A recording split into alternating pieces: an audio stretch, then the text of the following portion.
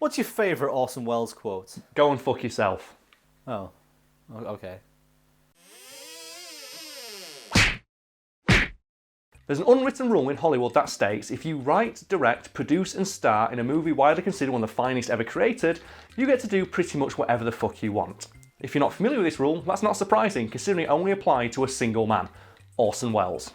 I think it's really hard for us to actually put into words the impact that Orson Welles had on the landscape of cinema. Yeah, his contribution to cinema, it cannot be understated how massive it was. He wrote Citizen fucking Kane. You probably heard people say, oh yeah, this book is the Citizen Kane of books. He fucking when the thing you create becomes a synonym for the pinnacle of what the medium can produce, you're a fucking badass. And he was a giant, metaphorically in the industry and also in real life, because he was 6'3" and had a deep, booming voice, reminiscent of God reading Christopher Lee's autobiography out loud. Last night I journeyed backwards in time to the medieval world of Dark Tower. In this amazing game, I had to find 3 keys. So he was not only intimidating because of his stature in the industry, but just because he was a giant fucking mountain of a man. So Orson Welles was both physically and metaphorically imposing. Yes, and that's something that only became more true the older he got, because as Orson Welles got older, he got wider. So I'm assuming when you say wider there, you mean he ate a footload? Yes, Orson Welles' love of all things deep fried was well known, and his weight ballooned to hundreds of pounds as he got older, which made him physically terrifying in person. Because combined with his height, he was a gigantic mountain of a man with this huge booming voice. And there's a lot of rumours people say, oh yeah, he only got fatter as he got older because he was bored and just eating all the time. The truth is, no, he always ate that much, but it's similar to Marlon Brando, we've talked about before. The first in our series of talking about people not giving a fuck is that when he was a younger man, he could just crash diet and lose all the weight he gained from eating. But as he got older, obviously, he lost the ability to do that. But there are stories of Orson Welles walking into restaurants and ordering 3 steaks at once, which I like to now start calling the Orson Welles special. So that's the Joey special, isn't it? You ordered pizza without me? Yeah, but we were thinking about you. We ordered the Joey special. 2 pizzas? The thing is that I order the Joey special all the time. After a night out, I just demolish 2 pizzas, 2 boxes of wedges, and a can of Coke and go to bed. Do you remember me picking up your takeaway that night out a few weeks ago? Yeah. You actually remember that? Yeah. Because I heard a knock. I was in bed. Yeah. I heard a knock on the door and I went down. The takeaway guy was like, oh, did you not order food? And I turned around and directly straight ahead of me was you just passed out on the settee. And I was like, I think it's for that guy. And he went, oh, do you want me to take it back? I was like, no, I'll take it. Yeah, I fucking smashed that pizza. I'm grateful. No, Demolished appreciate what I did for you. Fuck you. You'd pick up my laundry. Surely eating that much is bad for your health. It really is, and Orson Welles' own doctor warned him, please stop ordering food for 4 unless you bring another 3 people with you. An anecdote he liked so much he started telling it to people that he met when he ordered 3 steaks. So he'd order 3 steaks, go, my doctor told me to stop doing this. Just inhaling like a fucking Saiyan, just like Goku eating the giant fucking plate of steaks. You can't stop him. The thing is though, no one's going to tell Orson Welles what the fuck to do. You're going to go to Orson Welles of all people and say, I'm sorry sir, you can't order 3 steaks. He's in the Tuxedo when Duke Devlin. Is it Duke Devlin, the guy the super suave, mega awesome guy who orders a pizza in Burger King and gets one? Anything else? Yeah, I'll have a personal pizza. Crispy crust. They don't serve pizza at Burger. That's what Orson Welles would be like. It's you can't do that. I'm fucking awesome. I'll do what I want. So you didn't really give a fuck about what he was eating? Yes. What about drink? Oh no, his love of alcohol was legendary. And there are stories of Orson Welles racking up bar tabs higher than the GDP of third world countries. And I think as well, later in his life, because he just stopped giving a shit. He's you know what, I wrote Citizen Kane, I can do whatever the fuck I want. It doesn't matter what piece of shit I appear in. Anytime someone criticises me, I can just hold up Citizen Kane and go, fuck you. 102, take 3. Action, please. Perhaps emboldened by his near mythical status amongst his peers, as Orson Welles got older and rounder, his ability to give fucks eroded away to the point he basically stopped pretending to care. There's a famous advert for peas that he did, and he gets pissed off with the script for an advert about peas. One more word out of you and you go. Is that clear? Yes, sir.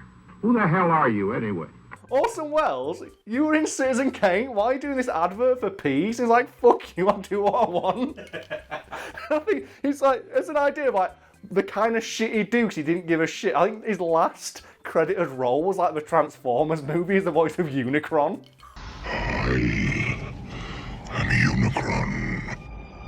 As an aside as well, because I don't know how else we're going to slip this in, but did you know the character of the Brain from Pinky and the Brain is a direct reference to Orson Welles?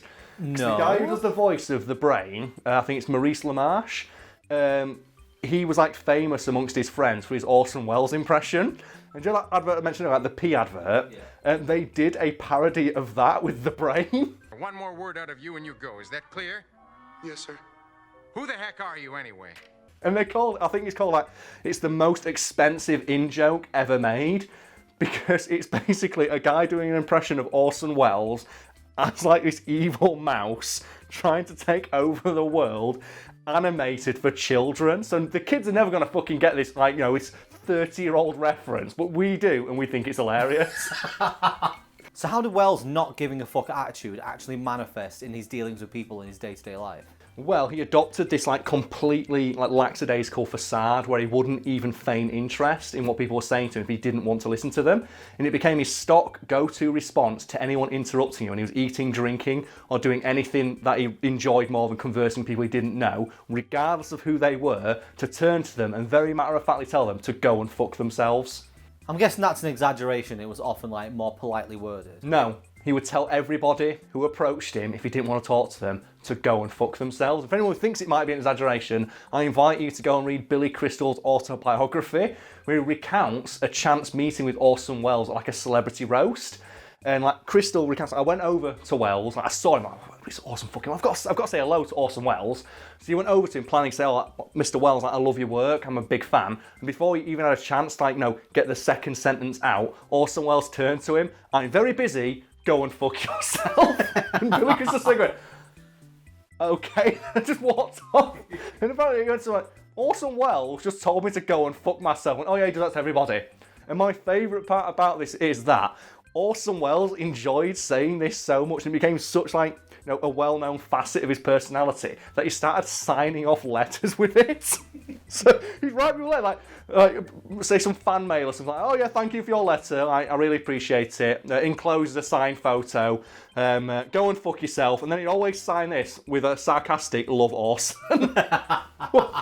Just the idea that Orson Welles stopped giving a fuck to such an extent that every single person who ever approached him later in life would just be told to go and fuck themselves, and then they just went back and started eating 3 steaks. Oh man, Orson, you're a fucking legend and a man after my own heart.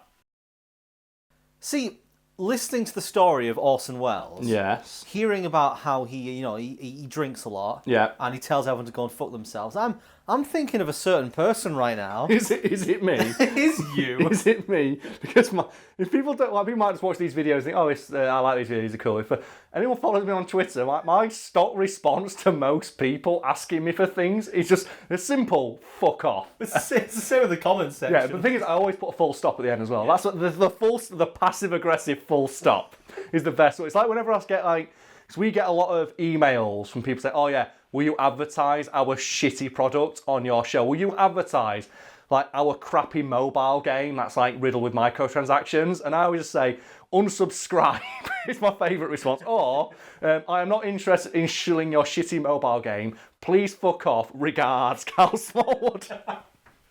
It's the regards that does it. It's the passive-aggressive regards. What's that one in the comment section was? So someone, you went fuck off, someone, that's a bit rude. Yeah, please kindly fuck off. So, oh yeah, this video would look like, the quality of videos would go up if you only addressed the camera and stopped talking to your cameraman. And I went, oh, fuck off. And the response was like, oh, a really incredulous, like, I can't believe you'd say this to me. I'm assuming it's a joke. So my response was, oh, let me make myself clear, please fuck off.